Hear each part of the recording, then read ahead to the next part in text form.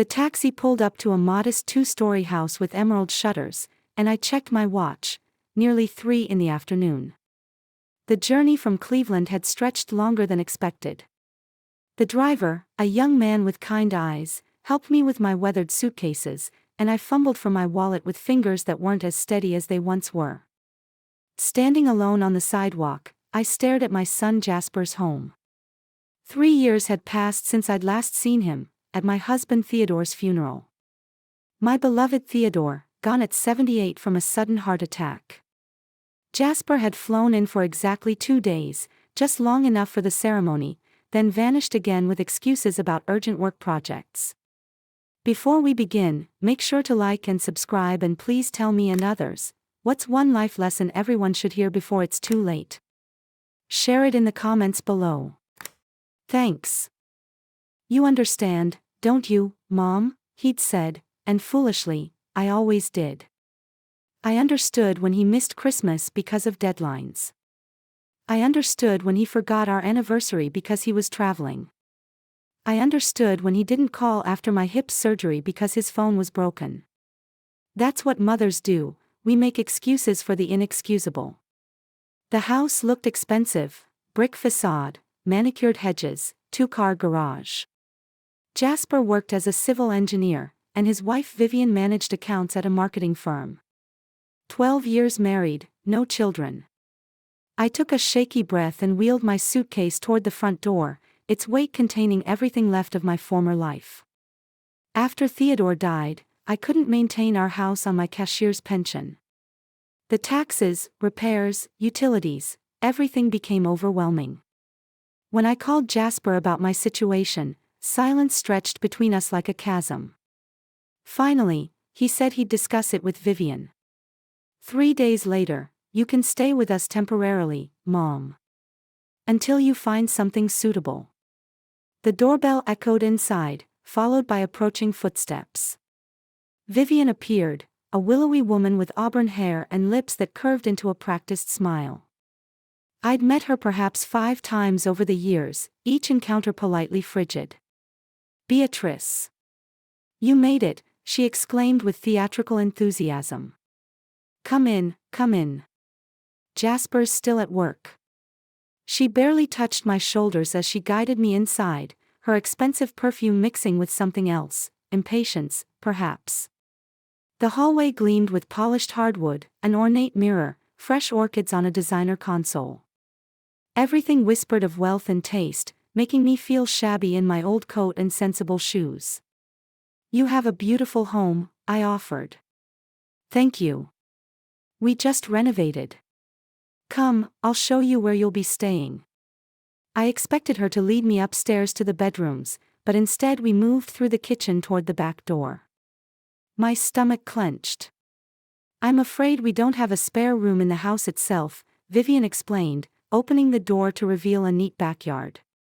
Jasper uses the second bedroom as his office, and the third is being renovated. We crossed the lawn toward a small structure in the far corner, an old shed painted to match the house. We converted it last summer, Vivian said, unlocking the door.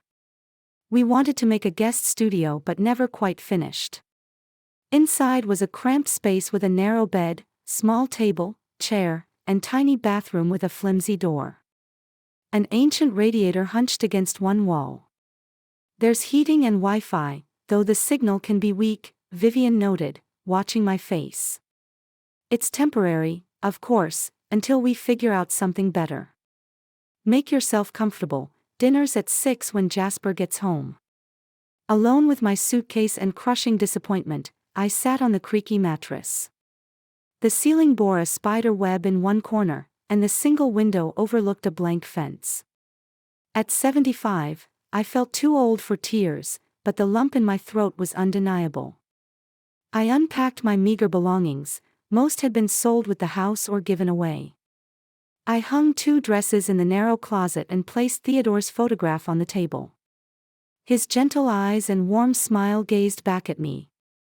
Theodore had been my anchor, quiet, dependable, steady. He'd worked as an accountant for 40 years, coming home at 6 sharp every evening. We were never wealthy, but we lived with dignity. Jasper was our miracle baby, born when I was nearly 40. Maybe that's why I was so strict with him, afraid of spoiling him, terrified I wouldn't have enough time to raise him properly. Theodore often said I was too hard on the boy. Maybe he was right. I remembered screaming at 12-year-old Jasper over a C in mathematics, making him rewrite homework until his penmanship was perfect, forbidding him from attending prom because he'd missed curfew the week before. "I just want you to become a good man," I'd told him.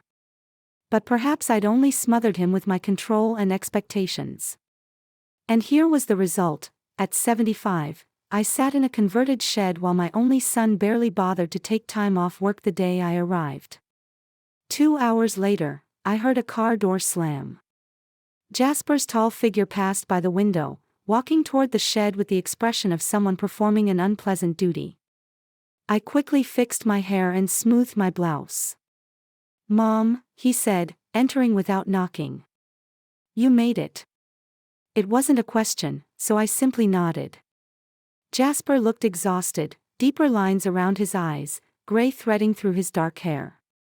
His business suit was rumpled, tie askew. "How was the trip?" he asked, making no move to embrace me. "Fine. A little tiring." Awkward silence stretched between us like strangers meeting for the first time. "Vivian showed you your room?" "Yes, thank you. It's very cozy." Jasper frowned, perhaps recognizing the falseness in my words. "It's only temporary, Mom. Until we finish repairs on the guest room. Leaky pipes, had to replace the floor and walls." I nodded, though I'd seen no signs of construction, no building materials, no paint smell.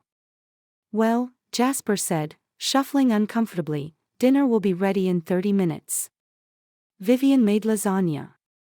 "Sounds wonderful. I'll see you at the house." He left, closing the door behind him. I exhaled slowly. The first meeting had gone worse than I'd imagined. So many years, and still that wall between us. I'd fantasized about our reunion, how he'd embrace me, tell me he'd missed me, how we'd sit with tea in the evenings, making up for lost time. Foolish dreams of an old woman. I changed into a better dress and walked toward the house.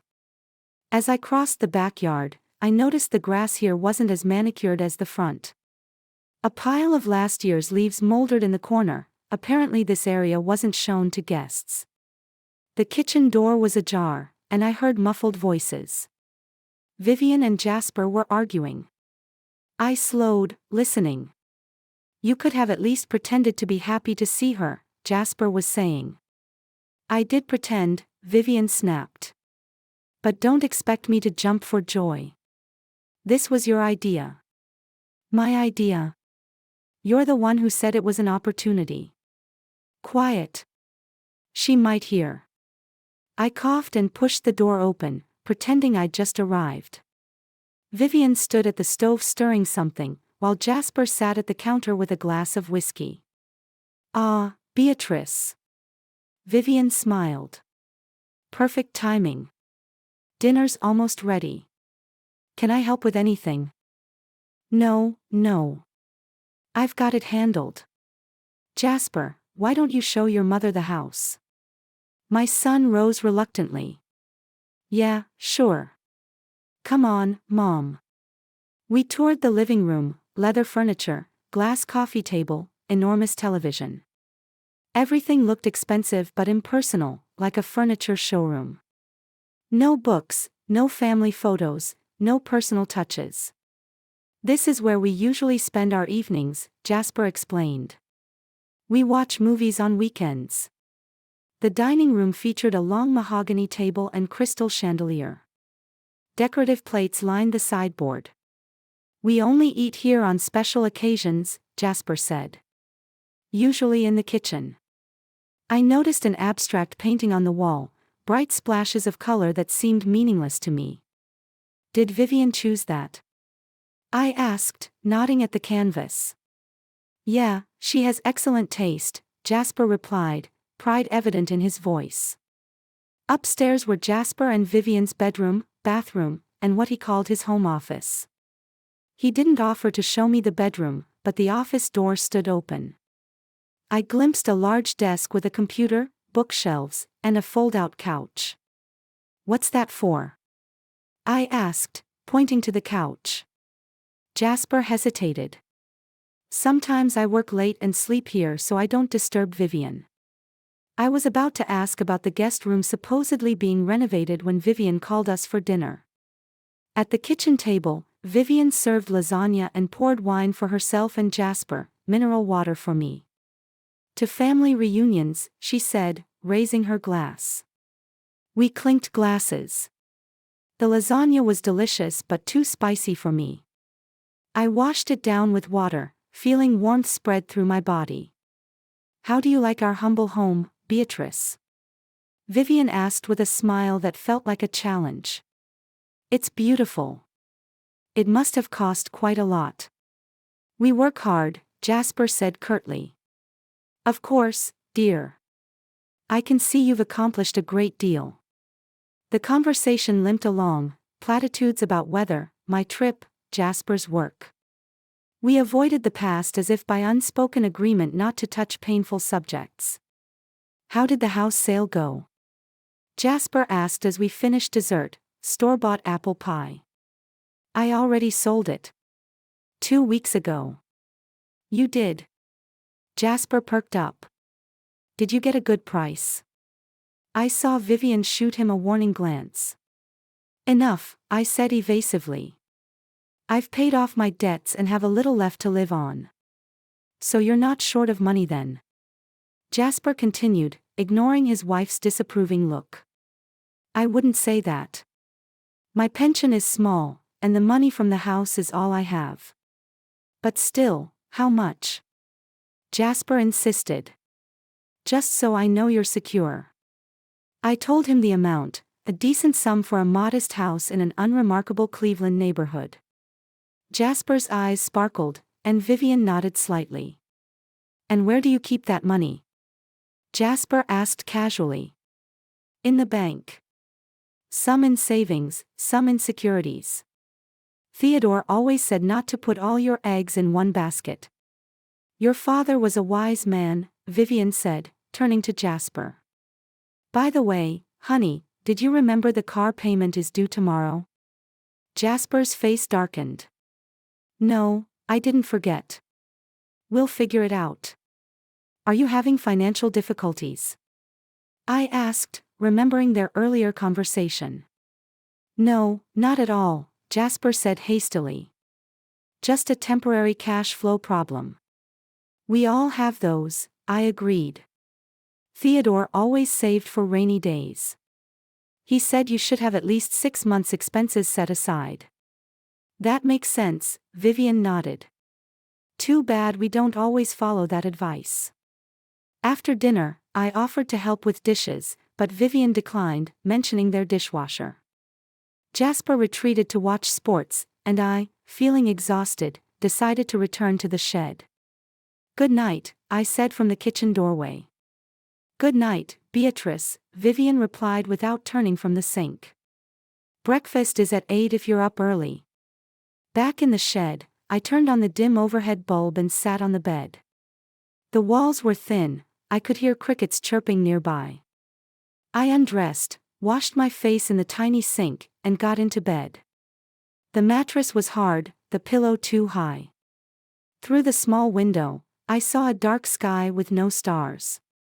Lying in the darkness, I thought about the day, Vivian's fake smile, Jasper's coldness, how his eyes had brightened when money was mentioned, the shed that had become my new home. I didn't cry, I'd left my tears behind in Cleveland when I'd closed the door of my house for the last time. Now I felt only tired and strangely numb. I was 75 years old, had sold the house where I'd lived most of my life, and had come hoping to spend my remaining days in the warmth of family. Instead, I'd ended up in a shed with a son who was only interested in my money. What am I doing here? I thought, drifting into restless sleep. Why did I even come? The last thing I heard before sleep claimed me was Jasper's muffled voice from the house's open window. How much did she say? 200,000. That would solve all our problems, Vivian. Every single one of them. The morning in the shed was colder than expected. May sunshine hadn't yet warmed the thin walls of my new home. I woke at 6, a habit from years of early shifts that I'd never abandoned, even in retirement. Morning light streamed through the small window, and somewhere in the distance, I could hear passing traffic. I reached for Theodore's photograph on the bedside table. His calm gaze seemed to ask, "How do you like it here, B?" My husband had always called me that diminutive. "It's not very comfortable, to be honest," I whispered back. I rose slowly, feeling my joints protest after a night on the hard mattress. The tiny bathroom barely had room to turn around. I washed my face with ice-cold water. Hot water seemed to be a luxury here, and began dressing. I chose a gray dress and cardigan, brushed my silver hair into a neat bun. No makeup at my age, it only emphasized the wrinkles. At 7:45, I left the shed and headed for the house. The morning was crisp but promised warmth. Dew glistened on the front lawn, and birds chirped in the lilac bushes. For a moment, I felt a pang of longing for my garden in Cleveland, where every plant had been placed by my own hands. The front door was locked. I walked around and knocked on the kitchen window. A minute later, a sleepy Vivian in a silk robe appeared. She raised her eyebrows in surprise when she saw me, then opened the door. "Beatrice, you're so early," she said with irritation barely concealed. "We usually have breakfast around 9 on weekends." "Oh, I'm sorry. I'm used to getting up early. I can come back later." No, as long as you're here." She waved toward the kitchen. "Coffee? I'd love some." Vivian operated a complex coffee machine with many buttons and blinking lights. I sat at the counter, watching her spare, economical movements, not one unnecessary gesture. "Is Jasper still asleep?" I asked, trying to make conversation. "Yeah, it's his day off. He doesn't usually get up until 10 on Saturdays." The machine beeped, and Vivian placed a cup of espresso before me. She pulled yogurt and fruit from the refrigerator. "Would you like some toast?" she asked, retrieving bread. "Yes, thank you." We ate breakfast in awkward silence. I tried to think of conversation topics, but everything seemed inappropriate or too personal. Finally, Vivian spoke first.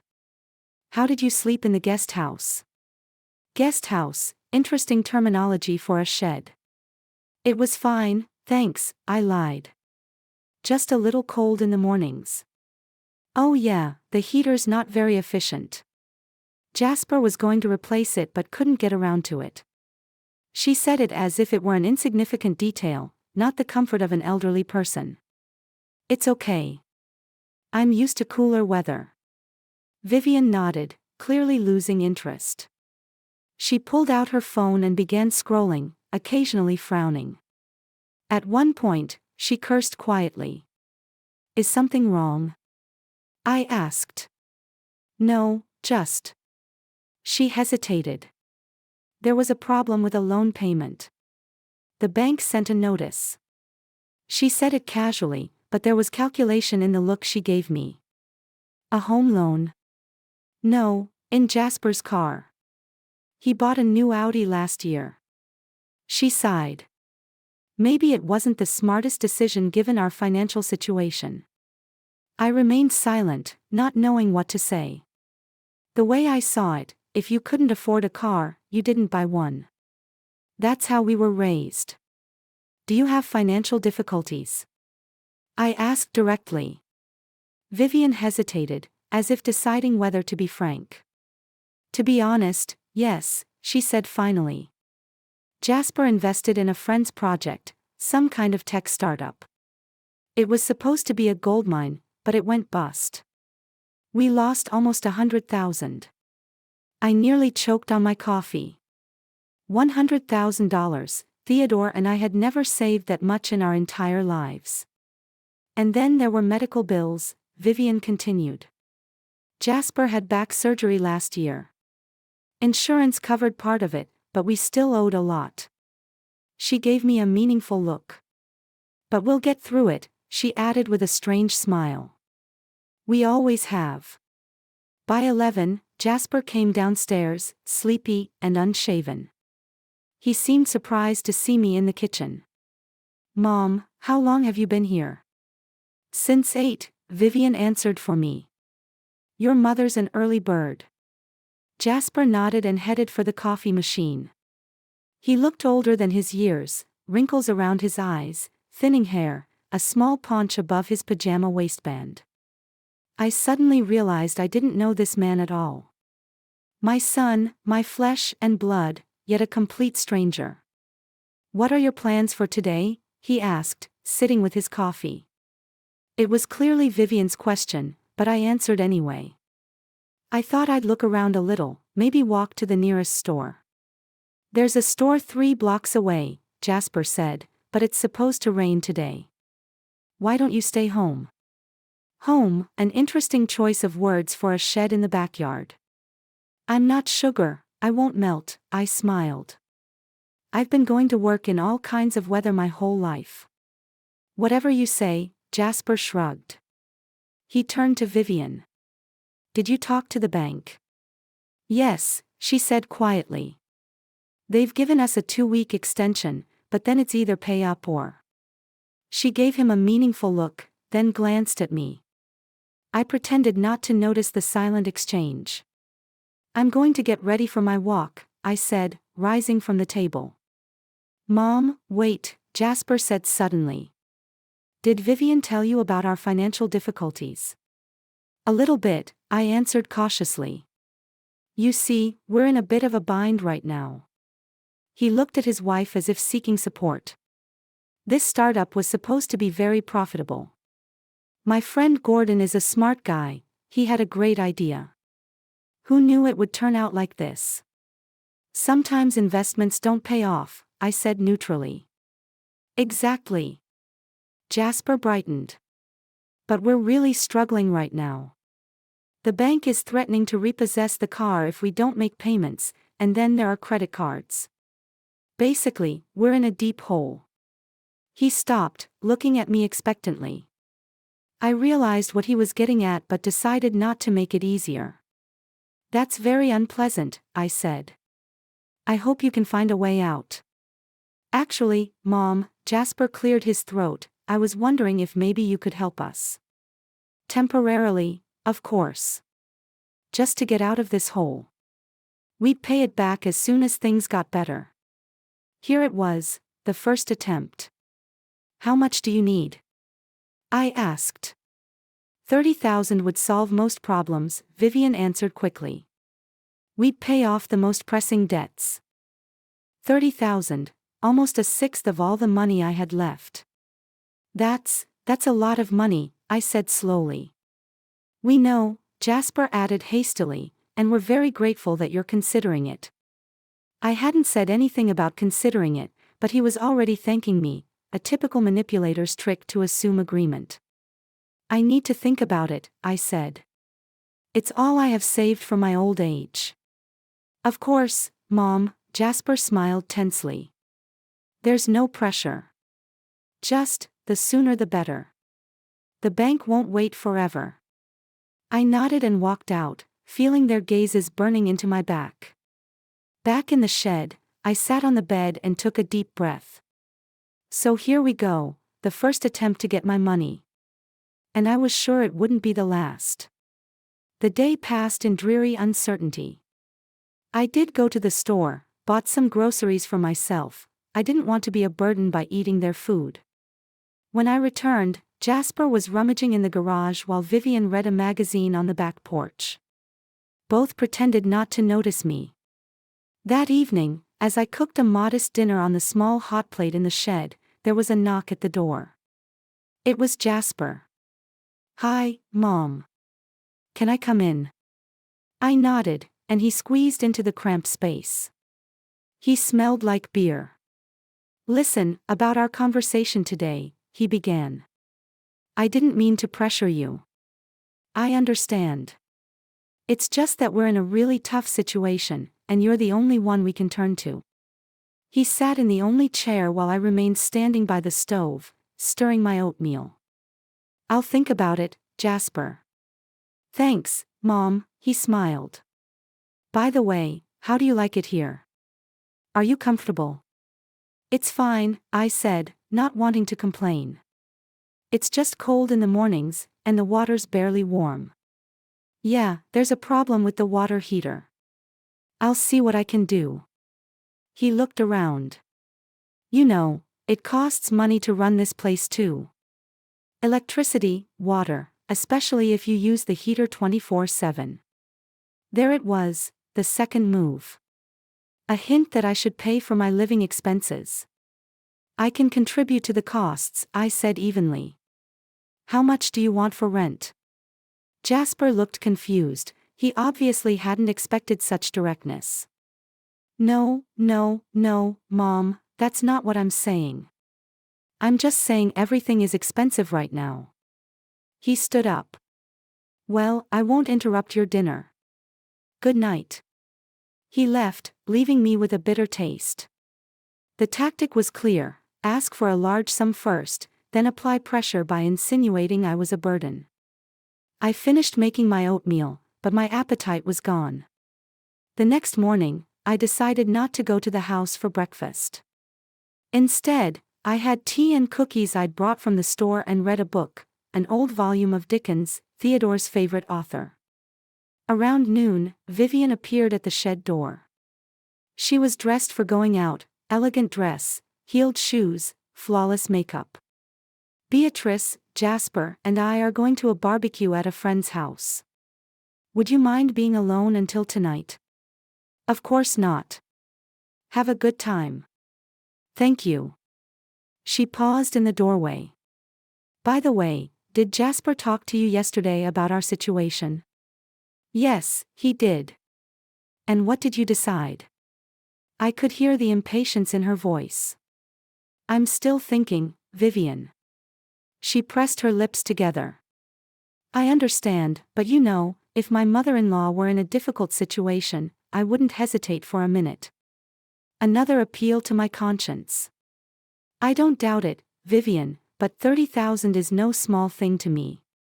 Of course it isn't, she smiled stiffly. I just thought I'd remind you. We'll be back late, so don't wait up. After they left, I took the opportunity to look around the house. I was embarrassed to snoop through their things, but I wanted to understand the situation better. There were unpaid bills on the living room table, utilities, credit cards, health insurance. The amounts were impressive but not catastrophic. In a sideboard drawer, I found paperwork for Jasper's car, a brand new Audi. The cost made me whistle. The car was worth as much as half my former home. In Jasper's office, I found bank statements carelessly tossed on the desk. A quick look showed they were indeed in the red, yet had spent money on expensive restaurants, designer clothes, and a vacation in the Bahamas just 3 months ago. I was no financial expert, but it was clear their problems weren't so much bad investments as an inability to live within their means. Back in the shed, I pondered for a long time. Should I give them the money? On one hand, he was my son. On the other hand, I'd seen how they handled finances. 30,000 would likely disappear in months, and they'd be back for more. By evening, I'd made a decision. I would give them 10,000, enough to show goodwill and help with urgent bills, but not enough to enable their lifestyle. Jasper and Vivian returned after 11. I could hear them entering the house, laughing and talking loudly. There were other voices, they must have brought guests. Music and laughter continued well into the night.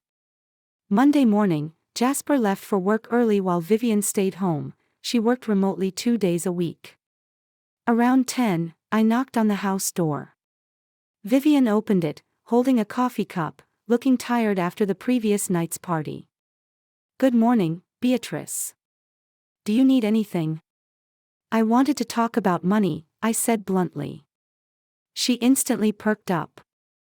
Of course, come in. We sat at the kitchen table. Vivian tried to hide her impatience, but her eyes betrayed her eagerness. I've been thinking about your request, I began, and I thought I could help. Not with 30,000, but with 10. Vivian's face twisted slightly in disappointment, but she quickly recovered. That's very generous of you, Beatrice. We're very grateful. I can write you a check right now, I said, or wire the money to your account.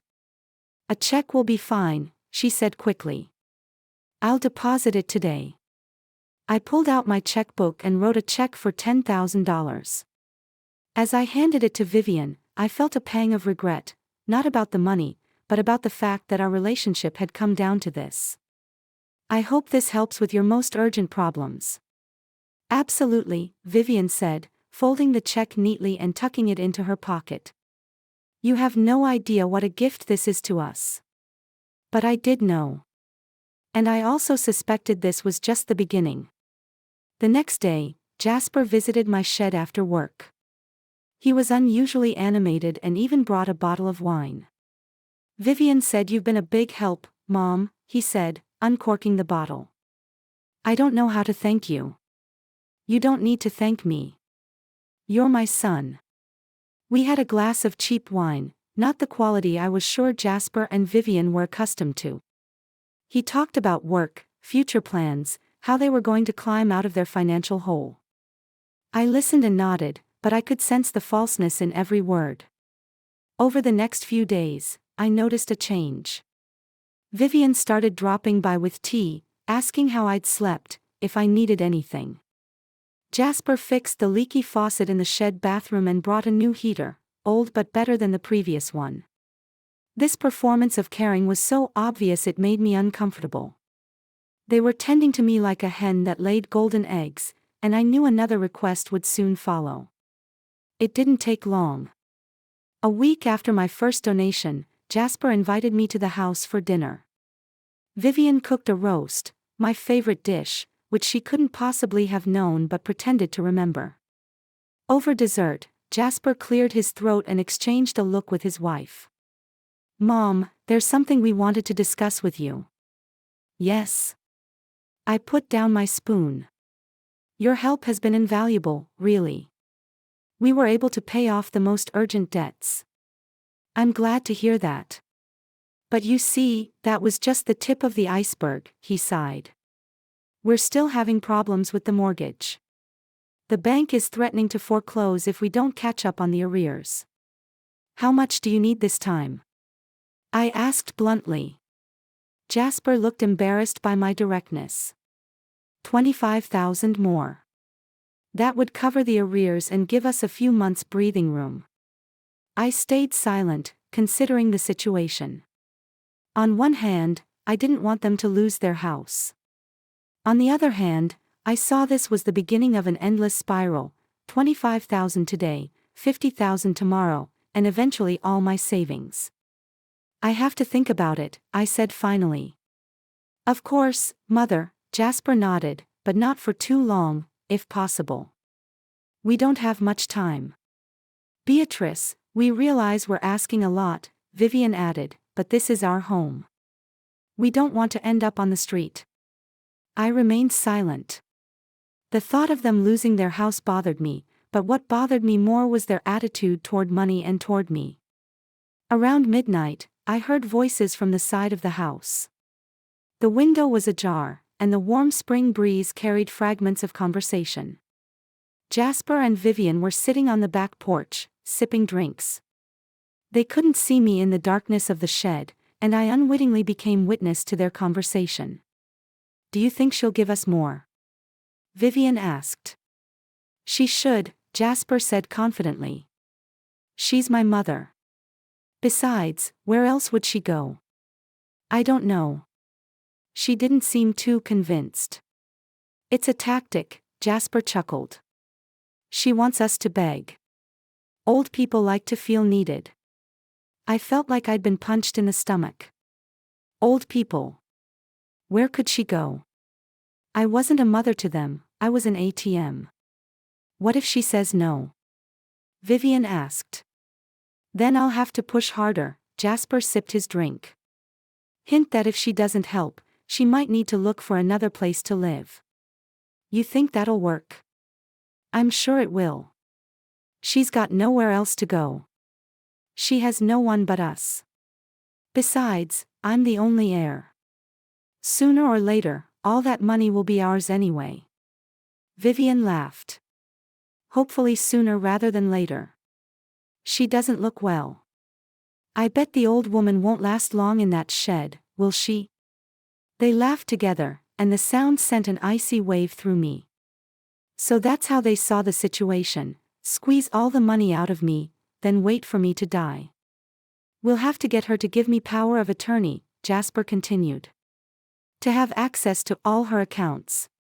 For her own good, of course. Of course, Vivian laughed again. For her own good. They talked for a long time, but I stopped listening. I closed the window and sat on the bed, feeling cold rage growing inside me. Everything had become crystal clear. I wasn't a mother to them, not a person, but only a means of solving their financial problems. They not only didn't love me, they despised me, laughed behind my back, wished for my imminent death. Well, if they wanted to play games, I could play too. Only by my own rules. 3 weeks had passed since the night I'd overheard Jasper and Vivian talking. 3 weeks during which I'd pretended I knew nothing, that everything was fine. I smiled when Vivian brought me fresh towels, nodded when Jasper asked if I was cold in the shed. I played the part of the gullible old lady, flattered by the family's sudden attention. In those 3 weeks, I gave them another $15,000 after much persuasion and feigned resistance. I watched how their eyes lit up at the sight of each check, how they could barely contain their triumph. I noticed Vivian's new clothes and the expensive watch on Jasper's wrist, clearly not the most pressing expenditures for a family on the verge of financial collapse. Their appetites were growing. Yesterday, Jasper had casually mentioned they needed another $35,000. One last payment, Mom, and we'll be back on our feet. I pretended to consider his request, but inside, I could feel anger boiling. Did they really think I was that naive? This morning, Vivian knocked on the shed door earlier than usual. She was dressed in a smart business suit, apparently heading to work. Good morning, Beatrice. Jasper and I wanted to invite you to dinner tonight. We're going to have something special. Thank you, Vivian. I'd love to come. Great. 7 o'clock tonight. Jasper's cooking steaks. She left, and I remained sitting on the bed, thinking. Something special. I wondered what they were planning this time. Another request for money, or something more. I spent the day as usual, reading, walking around the neighborhood, stopping by a small park nearby. I'd been going there frequently, observing people, reflecting on my life. Sometimes I'd talk to other elderly people walking their dogs or sitting on benches. From a woman named Constance, I'd learned about a senior center 2 blocks away. It offered art and music classes, and tours. You should stop by, she'd said. It's so interesting there. I thought I might look into it. I used to love painting long ago but had given up that hobby when Jasper was born. Child rearing, work, household chores, there'd been no time for hobbies. Back in the shed, I changed for dinner. I chose a dark blue dress, one of the few decent ones I had left, brushed my silver hair, even applied some lipstick. Looking in the small mirror over the sink, I saw an older woman with tired eyes but still a straight back and firm gaze.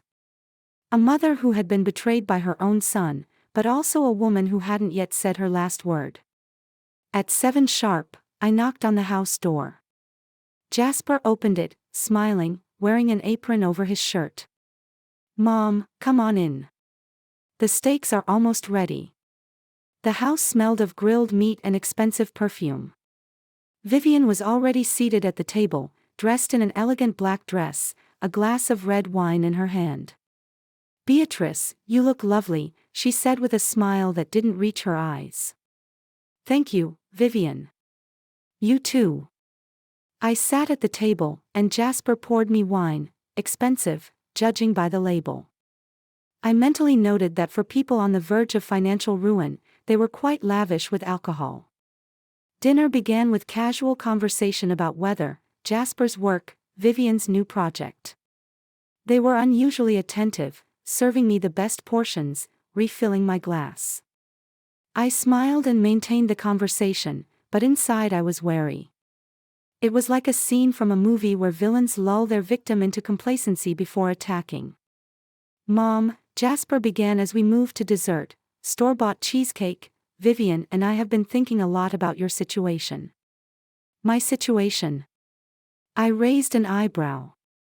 Yeah, you know, you're alone, without a husband, in a strange city. The money from your house sale is all you have, and we're worried someone might take advantage of your kindness. I could barely contain a chuckle. Someone like you too.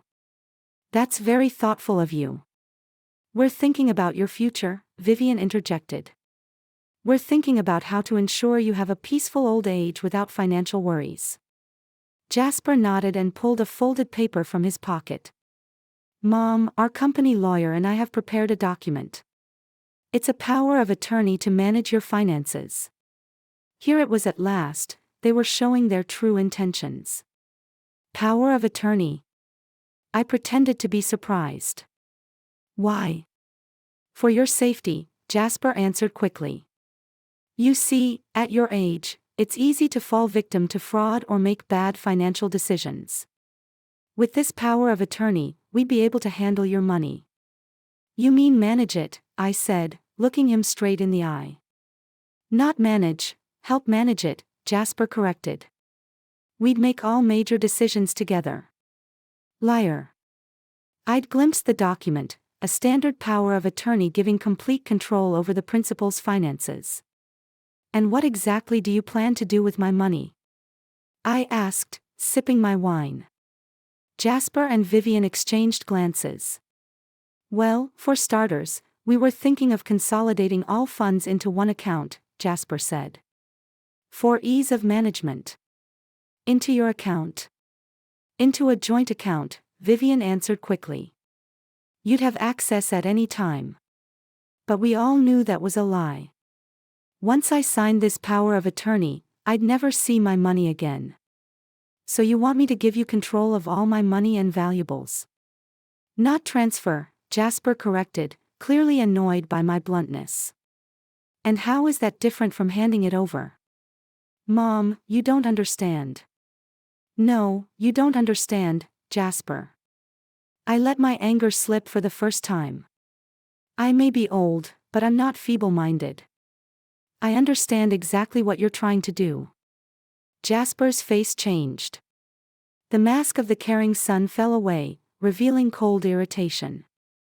What do you think we're trying to do? Get control of my money.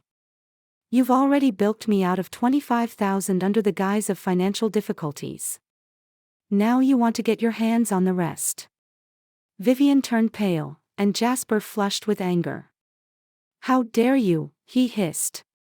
After all we've done for you. Sheltered you when you had nowhere else to go. Sheltered? I laughed bitterly. In a shed in the backyard? Is that what you call shelter? You should be grateful for a roof over your head, Vivian interjected. Many elderly people end up in nursing homes. How much do you pay for the upkeep of this nursing home? I asked ironically. Because I remember your hint that I should pay to live in your shed. Jasper slammed his fist on the table, making the dishes jump. That's enough. You live on our property, Mom. Our house, our rules. And what are those rules? Give you all my money. It's not like that, he objected, but his eyes betrayed the truth. Then what? Why do you need a power of attorney? For your own good, Jasper hissed. But if you can't understand that, if you don't trust your own son, maybe you should look for another place to live. There it was, the threat I'd been expecting. Maybe I should, I said calmly, rising from the table. Thanks for dinner. I think I'll go to my room. I walked out of the house, feeling their stares burning into my back. The evening air was warm, but I was shivering. They were no longer trying to hide their intentions. Money or eviction, that was their ultimatum. Well, I had an answer ready. But they wouldn't know until tomorrow. In the morning, I waited until Jasper left for work and Vivian went to the gym. Then I called a taxi. The first thing I did was drive to the bank, where I retrieved my jewelry from the safety deposit box and closed the account. Then I visited a lawyer who helped me draw up a new will. Now, instead of Jasper, my heirs were two charitable organizations, one to help the elderly, the other to support victims of domestic violence. Afterward, I went to Sunset Gardens, an independent living complex for seniors. The manager showed me a cozy studio apartment with a balcony and kitchenette. I immediately put down a deposit and first month's rent. It was real housing, worthy of a person, not a shed in someone's backyard.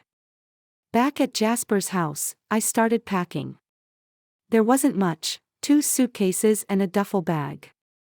I folded my clothes neatly, packed photographs and books. I put the jewelry in my purse. I was just closing the second suitcase when the shed door opened. Jasper and Vivian stood in the doorway, their faces furious. What's going on? Jasper asked, looking at the packed suitcases. Are you going somewhere? I straightened up and looked him directly in the eye. Yes, Jasper. I'm moving. Where? Vivian intervened. You don't have another place to live. I do now. I've rented an apartment at Sunset Gardens. Jasper turned pale. That expensive retirement complex. Where did you get the money for? He paused, his gaze falling on my purse, from which the edge of a velvet pouch was visible. What's this? He stepped forward and snatched the pouch from my bag. Give it back. I reached for the jewelry, but Jasper stepped away. He untied the pouch and dumped the contents into his palm, a pearl necklace, gold earrings, an amethyst brooch. All my mother's treasures were in his hands. Where did this come from? He hissed. You said you had no valuables except the money from the house sale. I don't have to account for my possessions to you. Now give me my things back. Give it back. Jasper laughed, but it was an ugly sound. After you lied to us. After you hid your riches while we were barely making ends meet. Riches? I laughed bitterly. That jewelry is worth a few thousand at most. And it belonged to my mother.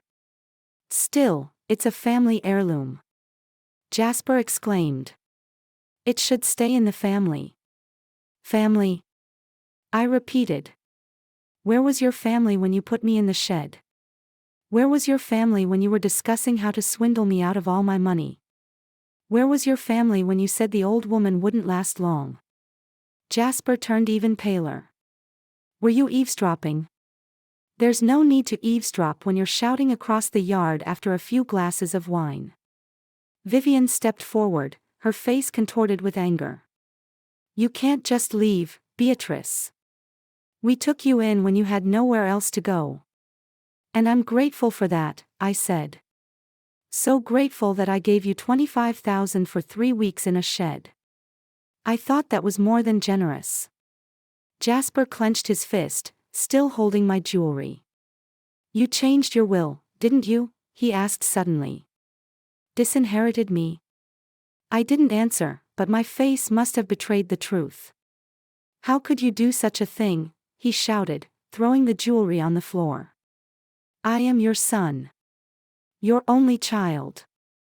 The son who only sees his mother as a purse, I replied calmly, bending to pick up the scattered jewelry.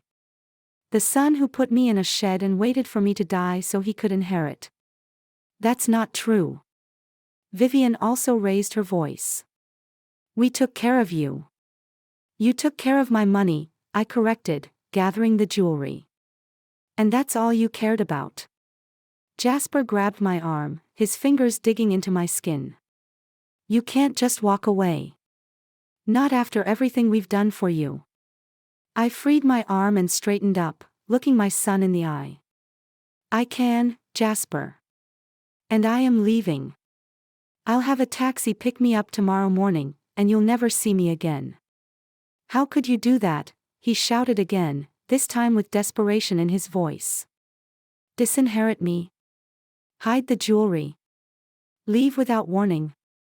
I only smiled as I looked at their anger-distorted faces. The night after the confrontation passed restlessly. I barely slept, listening to every sound outside the thin shed door. It wasn't that I feared my son, even angry, he was hardly capable of physical violence. Rather, I worried they might try to prevent me from leaving, maybe hide my belongings or documents. But the night passed quietly. At 5 a.m, I was already up, ready for a new day and a new life. The taxi was due at 8. I'd purposely ordered it early so Jasper would still be home. He needed to see me leave, to hear everything I wanted to say to him. All those years of unspoken words, all those decades of repressed resentment and pretense, they were over. I carefully made my bed, even though I knew I wasn't coming back. The small habits of a lifetime are hard to abandon. I put the last items in my suitcase, checked my documents once more, passport, bank cards, insurance, the lease on my new apartment. Everything was in order. At 7:30, I heard movement in the main house. A door slammed, the shower ran, they were awake. I sat on the bed and waited. The minutes stretched slowly. I watched the clock, counting down the final minutes of my stay in this place that had never been and could never be home. At exactly 8, a taxi pulled up. I heard the engine and the driver's footsteps approaching the house, then the doorbell. I looked out the window and saw Jasper buttoning his shirt as he went to answer. Vivian stood in the kitchen, I could see her silhouette through the glass door. I grabbed my suitcase and bag, took one last look around the shed, and walked out into the yard. The morning was crisp and clear, birds chirping in the bushes as if greeting my new day. Mom. Jasper stood on the porch, looking at me. His face showed a mixture of surprise and worry. Are you really leaving? Yes, Jasper, I answered firmly. The taxi waited at the gate. Vivian emerged from the house, fixing her hair. She was dressed for work, smart suit, high heels. When she saw my suitcases by the taxi, she stopped as if she couldn't believe her eyes. Beatrice, you can't just leave, she began. We need to talk, to discuss yesterday. I think I was very clear about yesterday. I said, heading for the gate. Jasper blocked my path, standing between me and the exit. Mom, please, let's talk, he said with concern in his voice. I was wrong yesterday. I said too much. We can discuss everything calmly, like adults. I'm afraid the time for calm discussions is over, Jasper. I looked him straight in the eye. Please let me go. No. He crossed his arms over his chest. Not until you explain what's going on. What did you do yesterday? Where did you transfer the money? What did you tell the lawyer? I sighed. Well, if he insisted on talking here and now, so be it. Okay, Jasper. Here's what I did.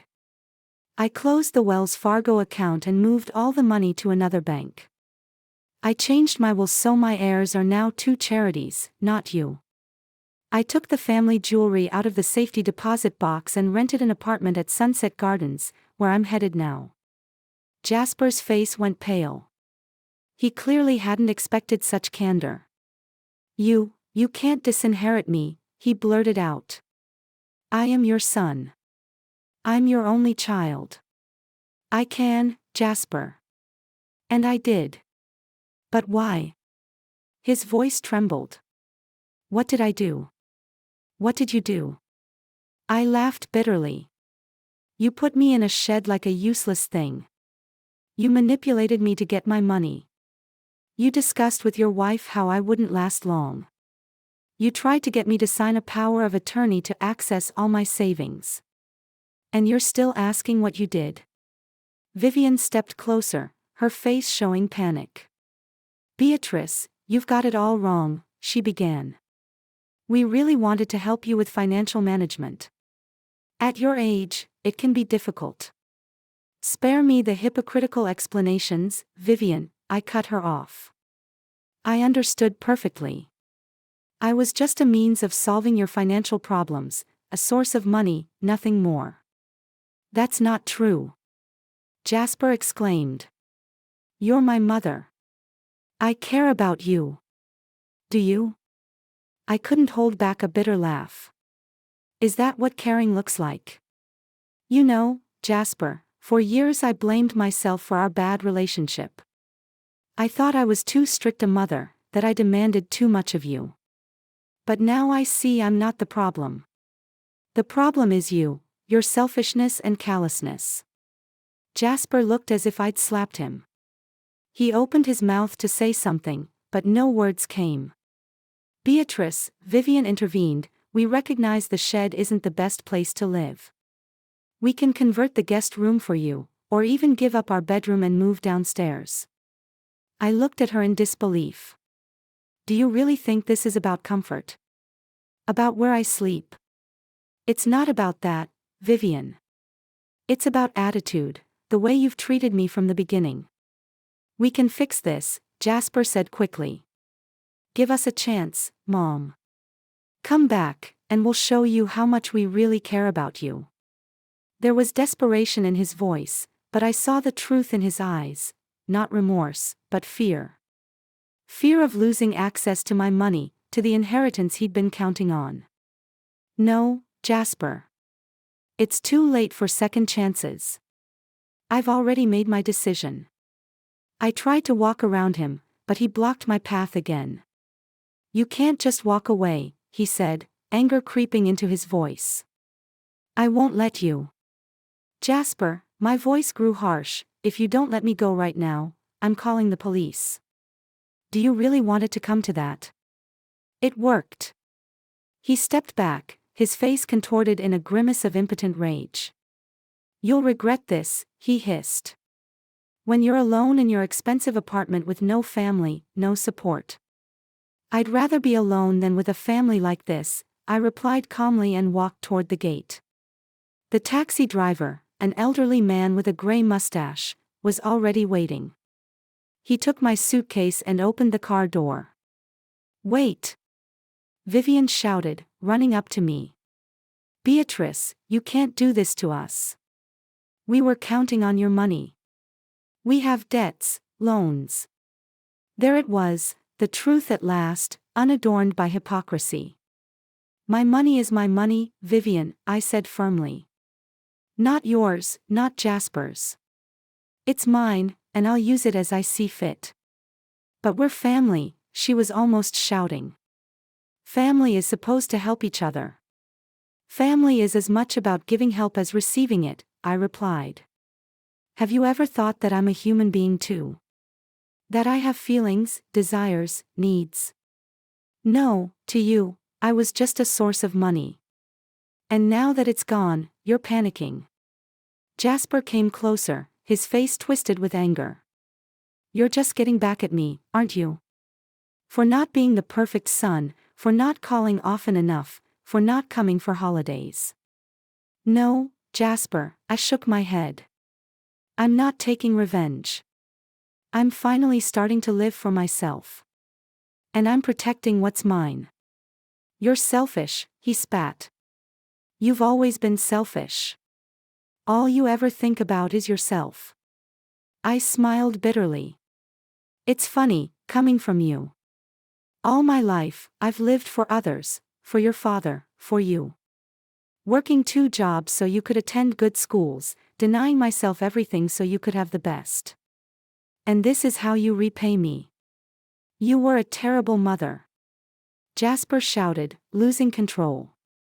Always criticizing, always demanding more, never satisfied. I wanted you to be a good man, Jasper, I said quietly. God knows I tried.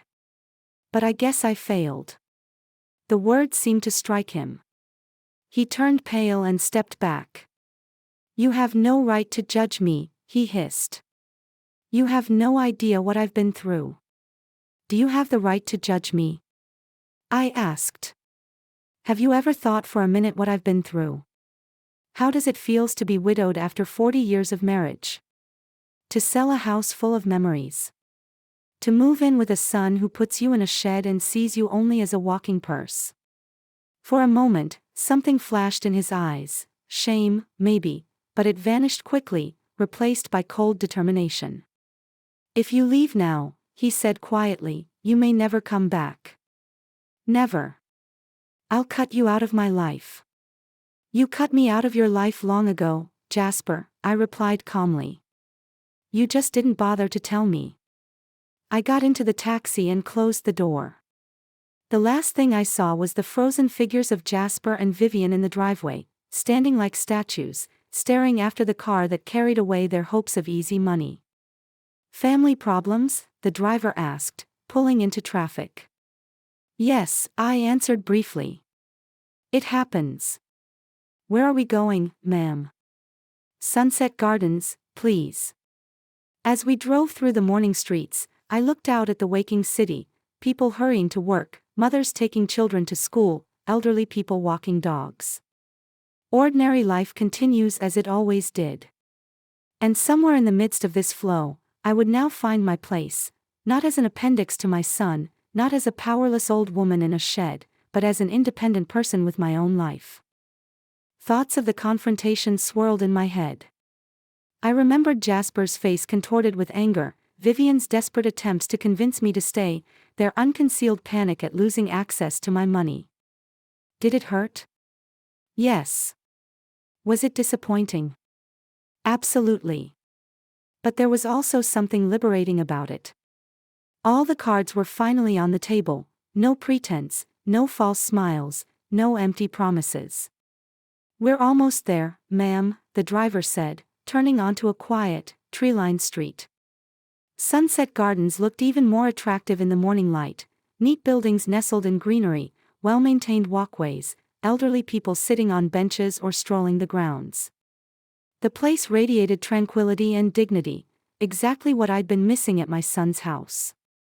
I was greeted at the entrance by Gloria, the complex manager I'd met yesterday. Mrs. Brooks.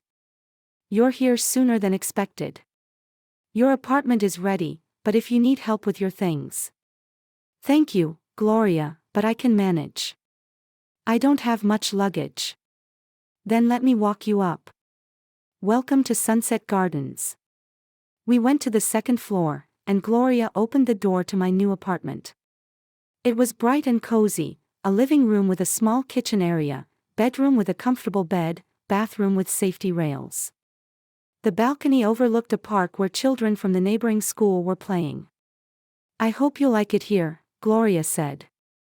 If you need anything, call anytime. And at 3, we're having a tea party in the common room, a great opportunity to meet your neighbors. Left alone, I sat on the couch and took a deep breath. A strange feeling washed over me, a mixture of relief, sadness, and uncertainty. I had done it. I had severed my toxic relationship with my son, protected my finances, and found a new place to live. But what came next? What awaited me in this new, independent life? I began unpacking, arranging photographs, and hanging clothes in the closet. The process of settling in was calming, giving me a sense of control. When I took out Theodore's picture and placed it on the bedside table, I realized that for the first time in a long while, I didn't feel lonely. Paradoxically, I had just severed my relationship with my only close relative, yet I felt not isolation but freedom. Around noon, my cell phone rang. Jasper's number. I hesitated whether to answer, but decided it was better to end this now than leave it hanging. Yes, Jasper. Mom. His voice sounded strained. I want to apologize for my behavior this morning. I was upset. I said things I shouldn't have. Thank you for apologizing, I replied dryly. Is that all? No, that's not all. He paused. I want you to know that the door to our home is always open. If you don't like it at Sunset Gardens, or if you run out of money. Oh, there it was. He was still hoping I'd come back, that I could still be a source of funding for their lifestyle. Thank you, Jasper, but I've already made my decision. I like my new apartment, and I don't plan on moving. But Mom, his voice became pleading, we're in a really bad situation. The bank is threatening to take the house if we don't make the payment by month's end. Vivian could lose her job due to layoffs. Where? Jasper, I interrupted, I gave you $25,000 in 3 weeks. Where did that money go? The silence on the phone was more eloquent than any answer. That's exactly what I thought, I sighed. Look, I can't and won't solve your financial problems. You're going to have to learn to live within your means. Maybe sell the house and buy something more affordable. Cut back on spending. Is that all you have to say? His voice became harsh. Financial advice from a woman who spent her whole life counting pennies. You have no idea how modern life works. Maybe not, I agreed, but I know that debts don't get solved by new debts, and problems don't disappear by trying to extract money from an elderly mother. You're a heartless old woman, he blurted out. You don't care about your own son. Those words should have hurt, but strangely, I felt only tired. No, Jasper. You don't care about your own mother, I said quietly. And I think this conversation is over. I hung up without waiting for his response, then turned off the phone and put it in a desk drawer. The talking could wait. Right now, I needed time for myself, to process what had happened and decide how to move forward. I went out onto the balcony and looked at the park below. Children were playing ball, elderly people sat on benches enjoying the sunny day. Normal, quiet life. And now it would become my life too. Suddenly, I felt a surge of energy. I wanted to explore the complex, meet my neighbors, maybe even sign up for those art classes Gloria had mentioned. For the first time in a long while, I felt like I was not a burden, not a nuisance, but a person with my own desires and opportunities. I went back inside and finished unpacking, then showered, changed into a fresh dress, and decided to go downstairs to look around. In the lobby, I met an elderly woman who introduced herself as Cordelia. Are you new here? She asked with a friendly smile. I've lived here for 5 years. I can show you around. I'd love that, I replied. My name is Beatrice Brooks. Nice to meet you, Beatrice. Come on, I'll show you where the library is. Do you like to read? And we walked down the corridors of Sunset Gardens, talking like old friends. Cordelia told me about life in the complex, about other residents, about activities available. I listened and thought about how strangely life works. Sometimes you have to lose a family to find a new home. In the evening, sitting in my new apartment with a cup of tea, I reflected on the events of recent days, my son's betrayal, my own decisive step, the unknown that lay ahead. Was it scary? Yes. Was I sorry? No. I took Theodore's picture and gazed at his kind face for a long time. You see, Theodore. I did it after all, I whispered. I found the strength to start a new life. I only wish you were here. I thought he smiled at me from the picture, as if approving my decision.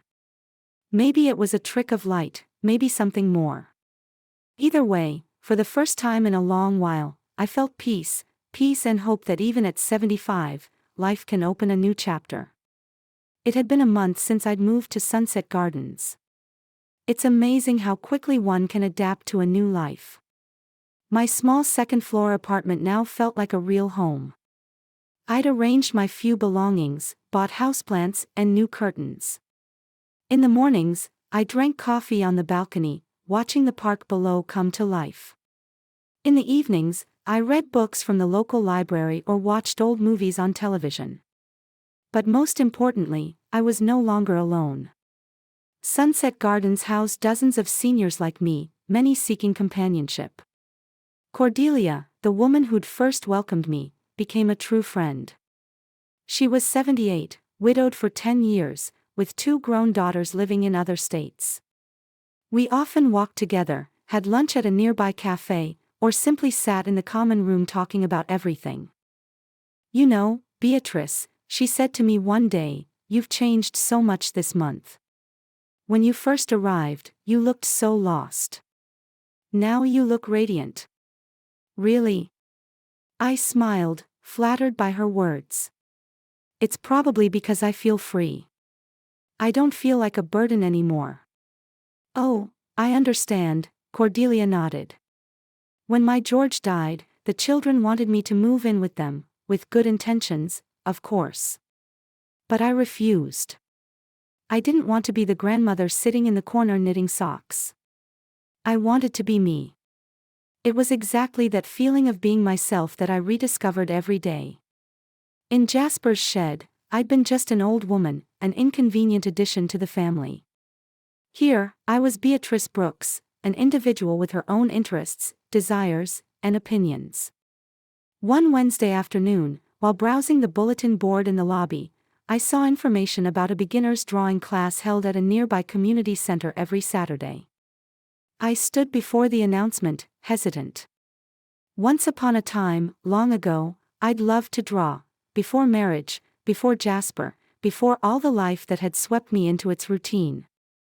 I'd even been pretty good at it, watercolor landscapes, still lives with flowers. But then there was no time, then no strength, then I simply didn't want to anymore. "Are you thinking of signing up?" Cordelia had approached quietly and was examining the ad. It's Michael Foster's group. He's a wonderful teacher, very patient with beginners. "I used to paint," I said softly. "A long time ago." "Then you should definitely go," Cordelia encouraged. "It's never too late to rediscover old passions." That Saturday, I found myself in a bright studio filled with easels and the smell of paint. Michael Foster was a gentleman in his 60s who welcomed me warmly. As I picked up a brush for the first time in decades, something awakened inside me, a spark I thought had died long ago. The watercolors flowed across the paper like memories coming back to life. I painted the view from my balcony, the children playing in the park, the way morning light filtered through my new curtains. Each stroke felt like reclaiming a piece of myself I'd lost. 3 months later, I was hanging my latest painting, a vibrant sunset over the gardens, when my phone rang. Jasper's name appeared on the screen. I'd been expecting this call. "Mom," his voice was different now, subdued. I wanted you to know that Vivian and I are getting divorced." I wasn't surprised. Without my money to solve their problems, their marriage had crumbled under the weight of their debts and mutual blame. "I'm sorry to hear that, Jasper." "We lost the house," he continued. "I'm living in a small apartment now, working 2 jobs to pay off the debts. And Mom, I've been thinking a lot about what you said. About the kind of man I became." I waited, saying nothing. "I was wrong," he said, his voice breaking. "About everything. The way I treated you, the things I said. You deserved so much better from me. I don't expect forgiveness, but I need you to know that I finally understand." For a moment, I felt the old maternal instinct to comfort him, to make excuses for his behavior. But then I looked around my bright apartment, at my paintings on the walls, at the photo of Cordelia and me at last week's art show where I'd sold 3 pieces.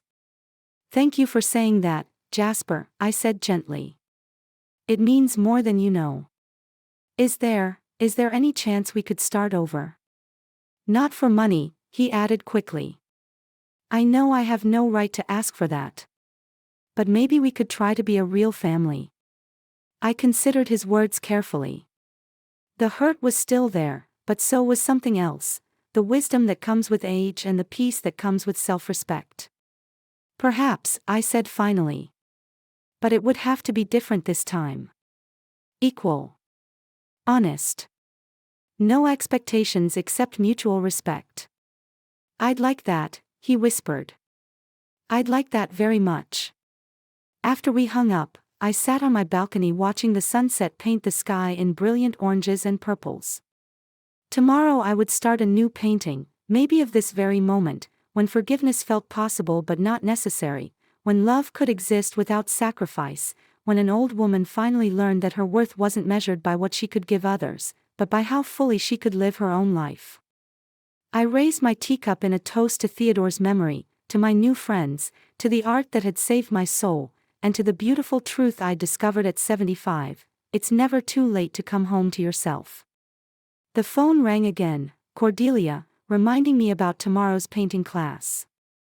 I smiled as I answered, already planning my next masterpiece. After all, I had so much life left to paint.